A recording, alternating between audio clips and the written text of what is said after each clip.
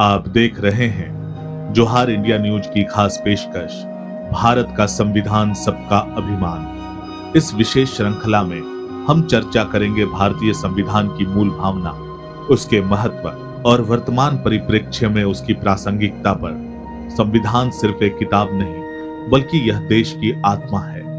एक ऐसा दस्तावेज जो हर नागरिक को अधिकार देता है, कर्तव्यों का बोध कराता है और समानता, न्याय व स्वतंत्रता की नींव रखता है।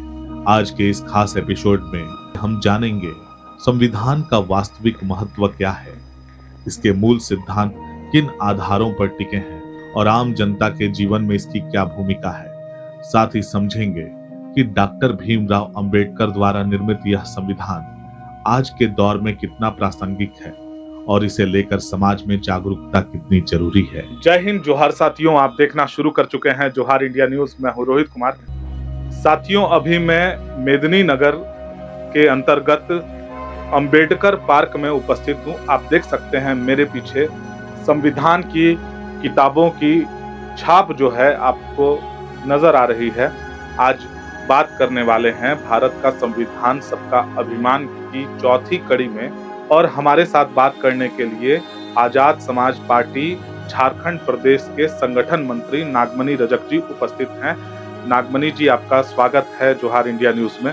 बहुत बहुत धन्यवाद रोहित जी, और पूरे जोहार इंडिया न्यूज के जितने भी दर्शक हैं उनको भी बहुत बहुत धन्यवाद। नागमणि जी, भारत का संविधान सबका अभिमान, इस नाम से ही ज्ञात हो जाता है कि संविधान पे सबका उतना ही अधिकार है जितना आज के परिप्रेक्ष्य में एक वर्ग को जो है दो नजरिए से देखा जा रहा है।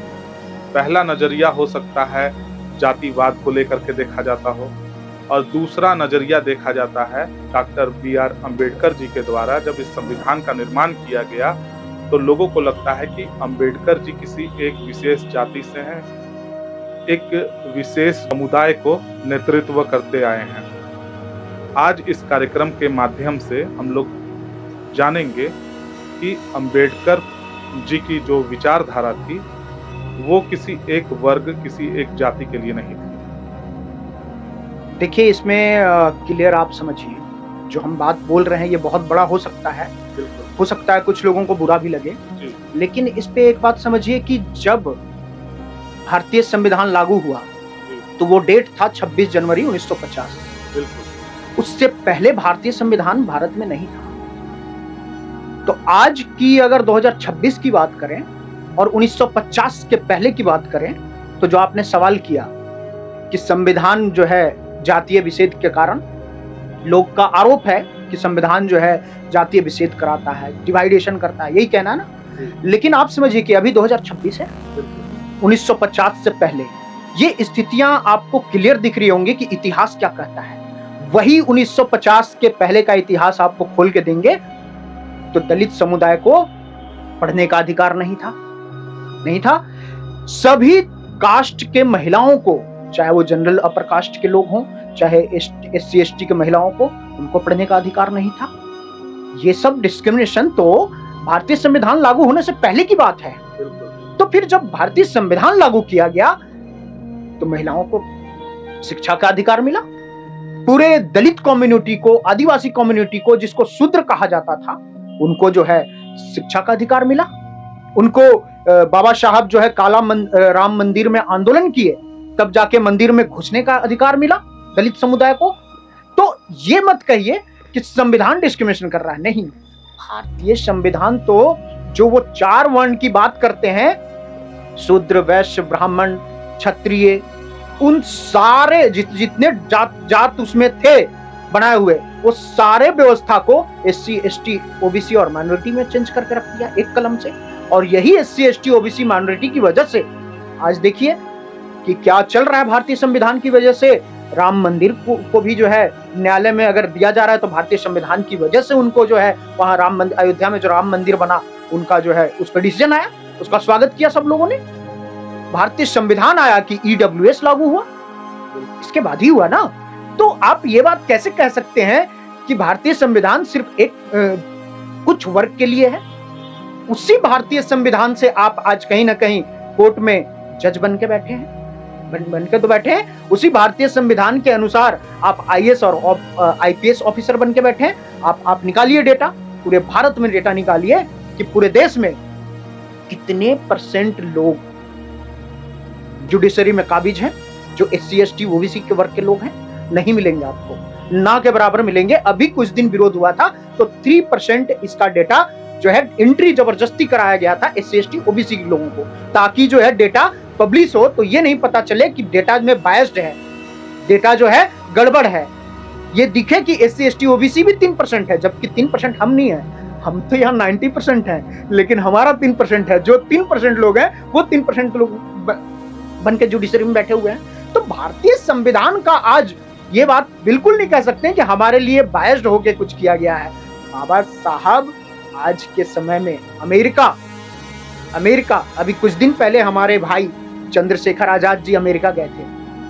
वहां पर कुछ नेताओं से बात भी किया था उन्होंने, और आज उसका रिजल्ट देखने को मिला कि 14 अप्रैल को भले भारत में डॉक्टर अंबेडकर साहब को कह दे कि दलितों का नेता है, लेकिन अमेरिका जैसे जगह पे सरकारी छुट्टी भी आवंटित कर दिया गया है। अब आप समझिए कि वही भारत जिस देश के सुपुत्र हैं डॉक्टर अंबेडकर, इनको यहाँ दलितों का नेता बताया जा रहा है, और वहां उनको पूरे राष्ट्र का नेता बताया जा रहा है। अब समझिए ये डिस्क्रिमिनेशन कहां से आ रहा है। तो ये 1950 वाला डिस्क्रिमिनेशन है कि आप वही डॉक्टर अंबेडकर को पढ़ने नहीं दिए, एक स्कूल में एक बेंच पे बैठ के नहीं पढ़ने दिए। मैं सबकी बात नहीं कर रहा हूं कि सब वैसी हैं, लेकिन जो किया है ये तो बहुत बहुत मानवता के खिलाफ है, बहुत बड़ा, और उसी के खिलाफ तो सब चल रहा है।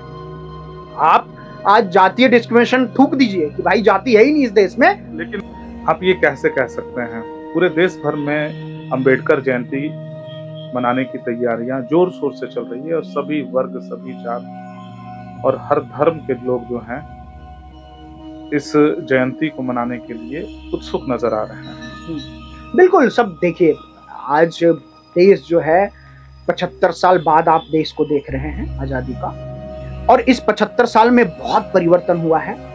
जो लोग जाति विषेद को मानते थे, आज कहीं ना कहीं वो उसके पीछे खत्म विचार, उनका भी विचारधारा खत्म हो गया है कि जाति इस देश में कुछ है नहीं। बहुत संख्यक में ऐसे लोग हैं।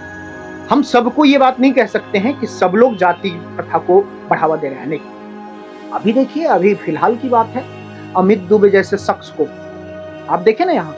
हाँ, मैं देख रहा हूँ लगातार सोशल मीडिया पर एक शख्स है, ना मालूम ना खबर नाम से उनका सोशल मीडिया पेज चलता है। तमाम चीजें हैं सोशल मीडिया का उपयोग करने के लिए, लेकिन एक जाति विशेष पर ही जो है उनका आघात, उनका प्रहार लगातार चल रहा है। वही हम कह रहे हैं कि देख लीजिए आप इसका रिजल्ट, कि जो ना मालूम ना खबर की बात कर रहे हैं आप, अमित दुबे की बात कर रहे हैं, अब आप देखिए कि उसके साथ कौन सा जनरल कैटेगरी का व्यक्ति खड़ा है। कोई एक का नाम बता दीजिए मुझे। अभी तक तो कोई नजर नहीं आया है, और ना आएंगे। क्यों नहीं आएंगे? क्योंकि सबको पता है कि इस देश में सबको मिलकर जातीय प्रथा को खत्म करना है। सबको पता है कि ये देश जो है भारतीय संविधान से चलेगा।